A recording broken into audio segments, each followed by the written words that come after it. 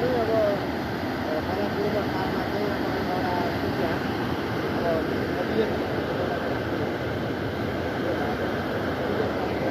आधारमा गर्नलाई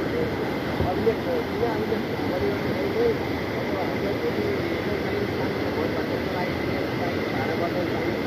आज गरेर अब भोट बस्नु जोड्ने अन्त डाडु पन्ध्र सर्कला दाई भनेपछि यहाँ र भोट पर्दाखेरि त्यसै गरी यहाँ आएर भोटपट्टि गरेर हामीले सक्छौँ भाडा बदल ल्यायो है भनेर राखेपछि र के अरे अनि पछि कुनै पाला चाहिँ भाडा ल्याएर राखिसकेपछि अब उहाँहरू चाहिँ फर्किएपछि फर्किएको पछि माएर दिएनन् भनी चाहिँ एउटा किंवदन्ती हुनेछ। अनि यहाँ अब नागदह चाहिँ अब यहाँ अचम्मको नागदह किनभने यो कुण्डली कुनै ढुङ्गा माटो छैन यहाँ।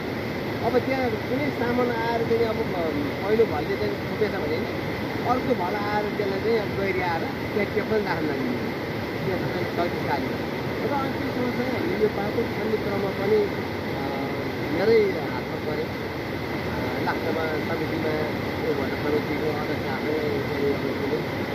सुनेर अब फेरि त्यो पल्लो दिनबाट हामीले त त्यो मिसिन हामीले यहाँ त देखाउन सकेनौँ। नसकिसकेपछि